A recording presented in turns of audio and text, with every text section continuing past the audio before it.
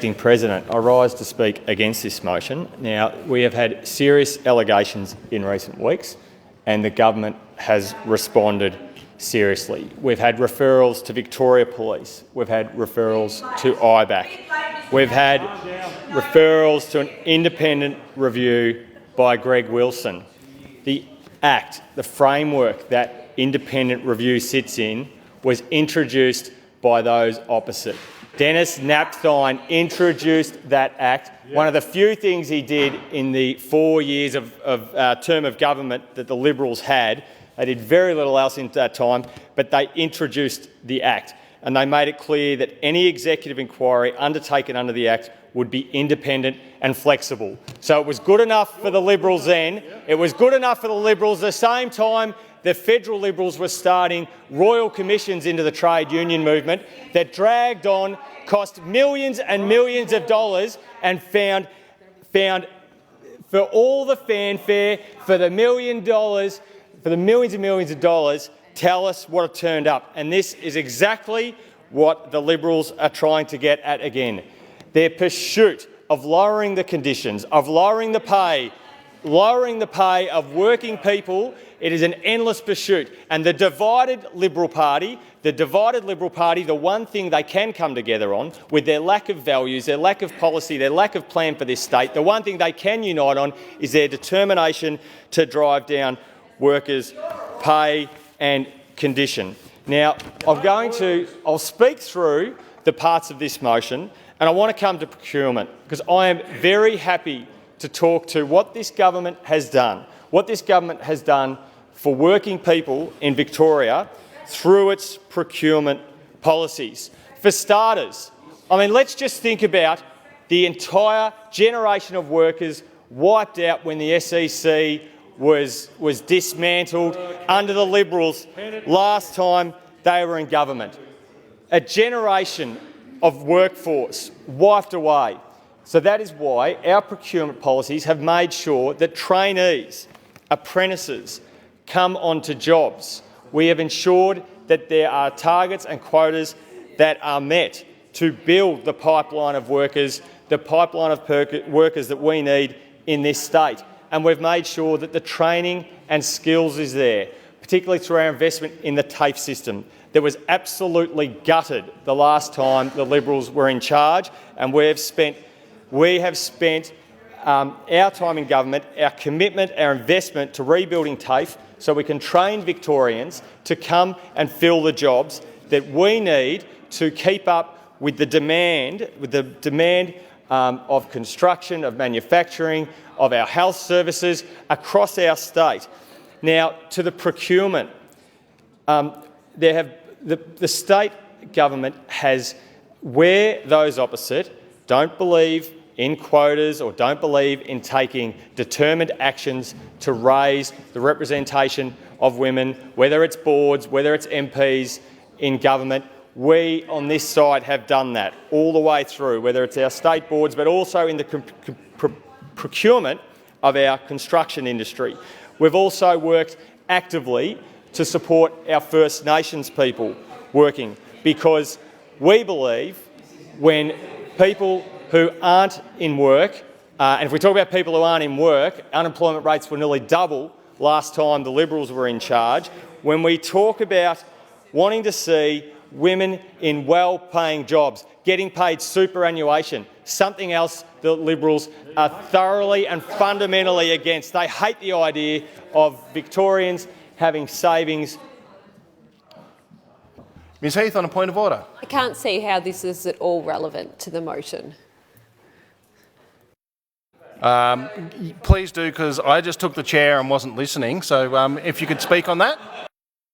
I find that hard to believe, but 1D, the impact of the Victorian State Government's management of major projects procurement system. So I'm speaking to procurement, and I'm speaking to the policies that we put in through that procurement. Right. So, also, let me rule on the point of order. You are also the lead speaker for the government, so you do get a bit more leeway. So thank you.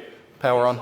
Thank you. And I think the lead speaker for the Liberals was given quite a bit of leeway, and the lead speaker for the Liberals made numerous numerous accusations or talked about numerous people she talked to. She should be referring those to the methods I laid out at the start. There are methods of referral, and if Ms Crozier has information, it should be referred appropriately.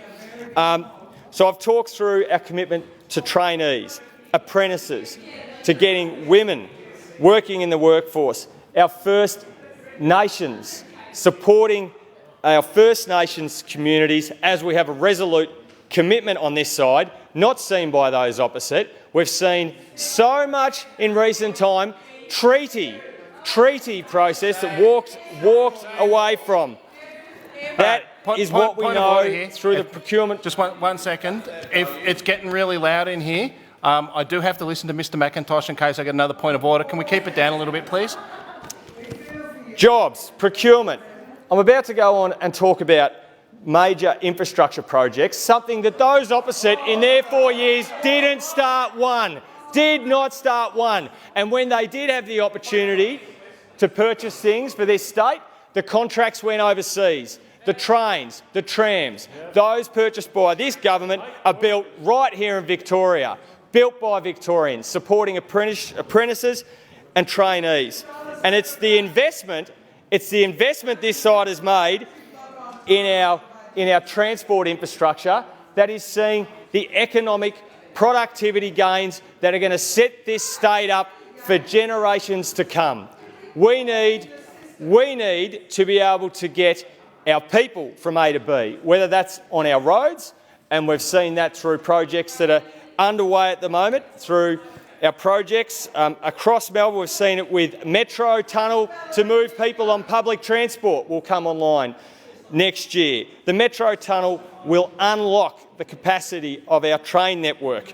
Our regional, our metro train travellers will be able to get where they need to go and quicker. It's this investment in our state, the investment of our productivity, that those never would have touched, because I struggle to call them values, but your approach to politics is hands off the wheel, let her go, let her rip, she'll be right. And then we end up with more wasted Liberal years.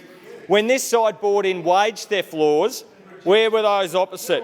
When this side brought in portable long service leave, those opposite opposed.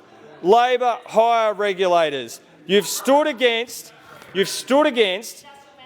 industrial manslaughter time and time again. They have stood against it. Just like the economic policy of those opposite.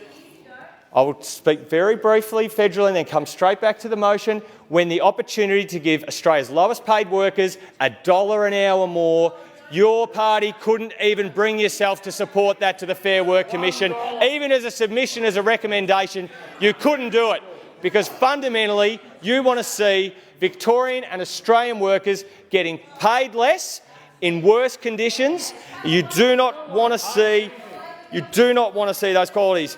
And let's talk about the Banking Royal Commission. When that was on, you were dragged kicking and screaming. The big banks collected $850 million in fees for no service, including from dead clients, and where no services were paid in return. Yeah, here we go. So where were the voices? Where were the calls then? Instead, we have this inquiry that's been proposed. As I've said, we have appropriate methods of referral to deal with, and as I've said, if those opposite have concerns that they claim to be so concerned about, to make these referrals to the appropriate places. And